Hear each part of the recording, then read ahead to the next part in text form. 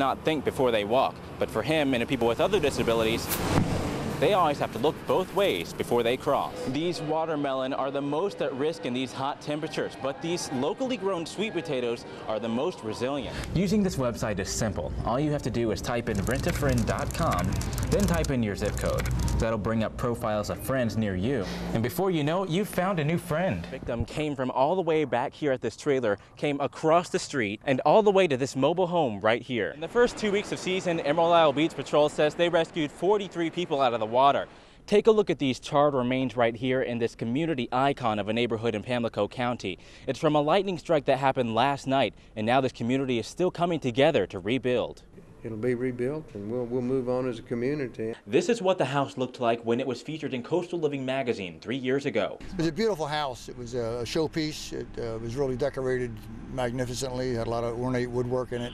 And now, the vacant house just minutes after lightning strikes. Nearby windows shattered, pieces of charred wood smoldering, and behind it all, Riverdun residents remain strong. I mean, the place is fully involved.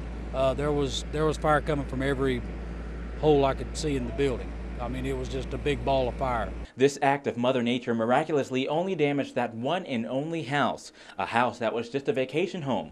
Luckily, the owners weren't there. I met one of the firefighters last night who had spent a lot of time working volunteer, but he had spent a lot of time as one of the craftsmen in there. And you could just see, we just sort of, we stepped aside and kind of smiled and said, we'll have another shot at it. We'll bring her back up. And while an icon to this family has been lost, it's left an even stronger community behind. Kyle Walker, Eyewitness News 9 on your side. Vicki Powell is mourning minutes after she's learned that her home that she and her husband have lived in for the past 12 years has been nearly destroyed by straight-line winds. When I opened up the door, I went to my knees because I could not believe that that's what happened. I just saw what was how the place looked. It was like my heart just fell.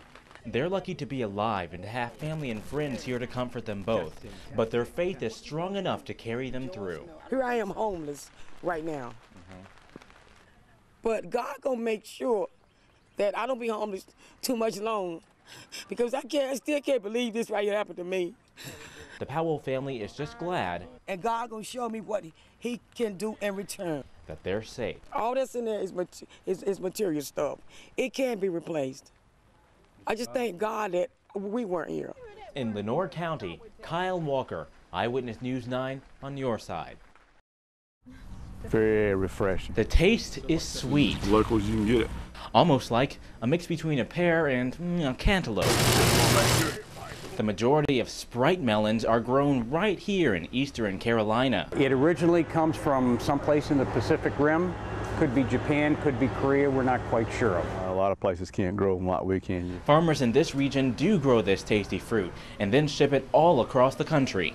With limited supply, they're not always as easily available in stores as the other popular produce. But when these melons are in stock, they really are worth a try. Once you eat a Sprite, you'll want a Sprite. So at this point, you've probably eaten some good cantaloupe and picked out a nice ripe watermelon. If you go to the store and you look for a Sprite melon, you need to know that if you look around the base, the more lines, the sweeter the taste. And these tasty treats contain about 15% of natural sugar, making them significantly sweeter than other types of melon. And that sweetness also weighs into our local economy. With this, it's a brand new market, so it's bringing in new monies. So that's one of the advantages of it.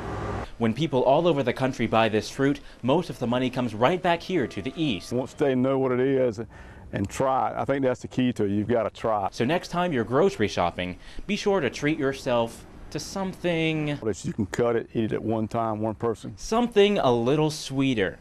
In Lenoir County, Kyle Walker, Eyewitness News 9 on your side. Good morning, everyone. I'm Kyle Walker. Thanks so much for joining us. We begin with a developing story in Craven County. Well, when you cross a horse and a donkey, you get a mule. But what happens when you cross a zebra and a donkey? You get what's called a Z-donk, and one is getting a lot of attention in Georgia. Onslow County Police say they've made 2 arrests in a connection to a shooting that injured a retired police chief while he was cutting his grass. The suspects are 2 teenagers, 18-year-old Justin Acker of Jacksonville and an unnamed juvenile. Acker is charged with assault with with a deadly weapon and contributing to the delinquency of a minor. He's now behind bars under a $100,000 bond.